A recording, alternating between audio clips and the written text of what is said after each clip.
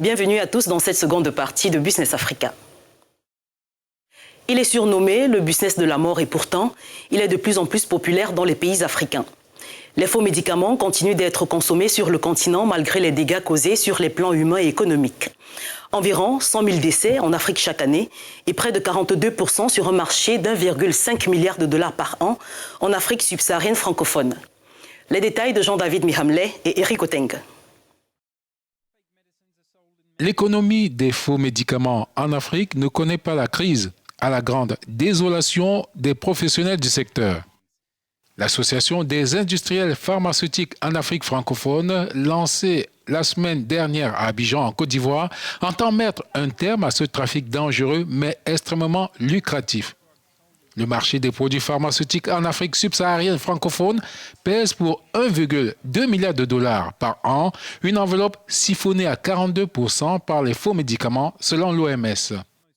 Pourtant, à l'échelle mondiale, l'Afrique ne produit que 3% de médicaments. En septembre 2016, près de 126 millions de faux médicaments avaient été saisis par l'Organisation mondiale des douanes dans 16 ports africains.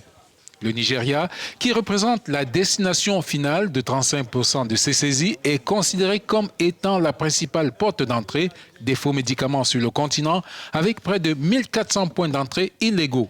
La plupart de ces produits contrefaits proviennent principalement de Chine, 60%, d'Inde, du Paraguay ou encore du Royaume-Uni, d'après l'Organisation des Nations Unies contre la drogue et le crime. En termes économiques, le trafic de faux médicaments rapporte 500 fois plus aux organisations criminelles que le trafic de cocaïne. Bonne nouvelle pour l'économie kenyane avec l'annonce par le Trésor de la réduction de ses dépenses pour l'année budgétaire 2019-2020. 445 millions de dollars de moins qu'au cours du précédent exercice.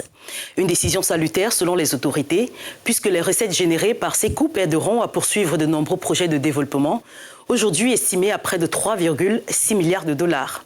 Un sujet de Michael Dibi avec Brice Kino. La Banque centrale du Kenya maintient son taux de référence à 9% en raison de la relative stabilité du taux d'inflation. Le gouverneur de la Banque centrale, Patrick Njoroge, qui a présidé la réunion du comité de politique monétaire dans la capitale Nairobi, a déclaré que la Banque centrale continuera à suivre de près l'évolution de l'économie mondiale et nationale, y compris toute réaction indésirable à ses décisions précédentes. Le gouverneur a noté que l'inflation globale devrait rester dans la fourchette cible à court terme, principalement en raison de la baisse attendue des prix des denrées alimentaires et des conditions climatiques favorables attendues. Selon le comité de politique monétaire, les anticipations d'inflation sont restées bien ancrées dans la fourchette cible. La banque a indiqué que le taux d'inflation du pays de l'Afrique de l'Est est tombé à 5% en août contre 6,3% en juillet, reflétant la baisse des prix des cultures vivrières, légumières et non légumières, due à une amélioration de l'offre. Business Africa, c'est terminé pour cette édition. Merci d'avoir regardé.